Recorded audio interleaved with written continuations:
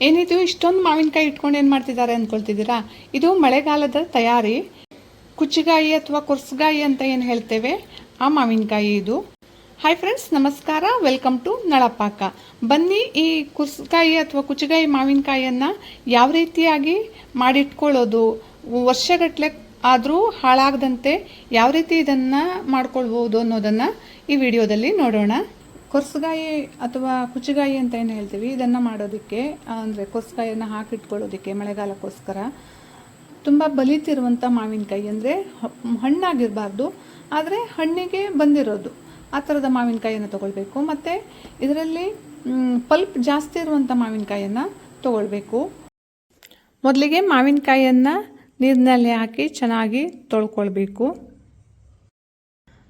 ತೊಳೆದಿರುವಂತಹ ಮಾವಿನಕಾಯಿಯನ್ನು ಒಂದು ಪ್ಲಾಸ್ಟಿಕ್ ಮೇಲೋ ಅಥವಾ ಒಂದು ಶುಭ್ರವಾದಂತಹ ಬಟ್ಟೆಯ ಮೇಲೋ ಹಾಕಿಟ್ಕೊಳ್ಬೇಕು.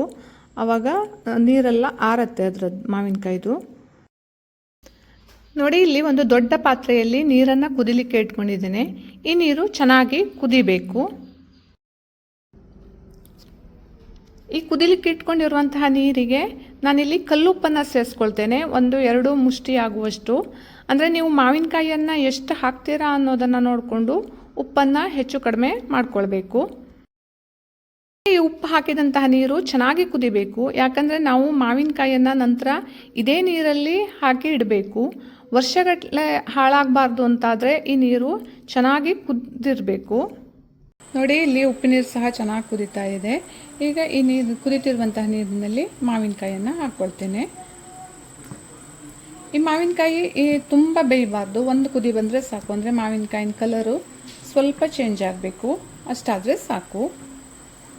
ಇದೇ ರೀತಿಯಾಗಿ ಎಲ್ಲ ಮಾವಿನಕಾಯಿಗಳನ್ನು ನಾನು ನೀರಿನಲ್ಲಿ ಹಾಕಿ ಕುದಿಸ್ಕೊಳ್ತೇನೆ. ಮಾವಿನಕಾಯಿ ಹಾಕಿದ ಮೇಲೆ ಈ ರೀತಿಯಾಗಿ ಒಮ್ಮೆ ಕೈ ಆಡಿಸ್ಕೊಳ್ಬೇಕು. ನೋಡಿ, ಮಾವಿನಕಾಯಿ ಕಲರ್ ಸಹ ಚೇಂಜ್ ಆಗ್ತಾ ಇದೆ. ಇನ್ನೊಂದು 2 ನಿಮಿಷ ಕುದಿದ್ರೆ ಸಾಕು. ಇದು ಅಂದರೆ ಇದು ಒಡಿಬಾರ್ದು, ಮಾವಿನಕಾಯಿ ಅಷ್ಟು ತನಕ ಬೇಯಿಸ್ಕೊಳ್ಬಾರ್ದು, ಹಾಳಾಗಿಬಿಡತ್ತೆ.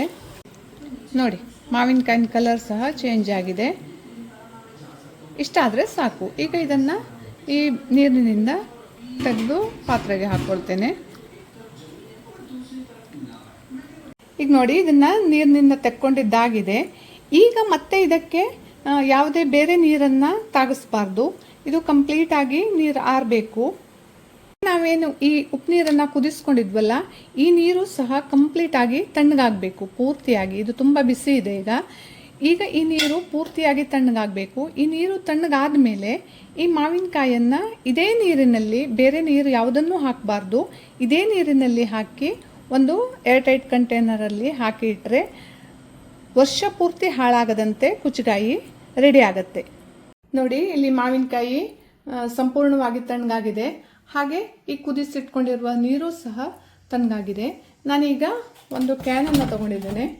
ಈಗ ಈ ಮಾವಿನಕಾಯಿಯನ್ನು ಕ್ಯಾನಲ್ಲಿ ಹಾಕ್ಕೊಳ್ತೇನೆ.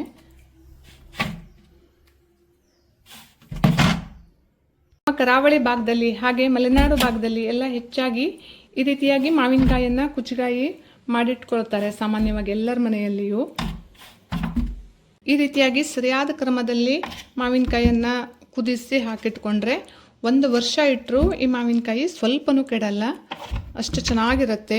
ಬೇಕಾದಾಗ ಇದನ್ನು ಮಾವಿನಕಾಯಿಯನ್ನು ತಕ್ಕೊಂಡು ಚಟ್ನಿ ಹಾಗೆ ಪಲ್ಯ ಯಾವೆಲ್ಲ ಪದಾರ್ಥಗಳನ್ನು ಮಾಡ್ಕೊಳ್ಬೋದು ಅವೆಲ್ಲವನ್ನು ಮಾಡ್ಕೊಳ್ಬೋದು. ಈ ಉಪ್ಪನ್ನು ಹಾಕಿ ನೀರು ಕುದಿಸಿಟ್ಕೊಂಡಿದ್ವಲ್ಲ, ಇದು ಸಂಪೂರ್ಣವಾಗಿ ಆರಿದೆ.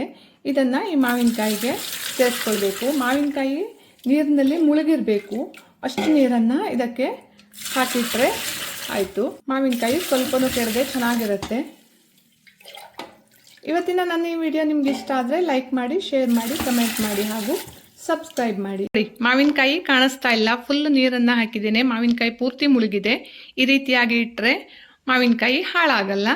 ಮತ್ತೆ ಮುಂದಿನ ವಿಡಿಯೋದಲ್ಲಿ ಸಿಗ್ತೇನೆ. ಅಲ್ಲಿ ತನಕ ಬಾಯ್ ಬಾಯ್.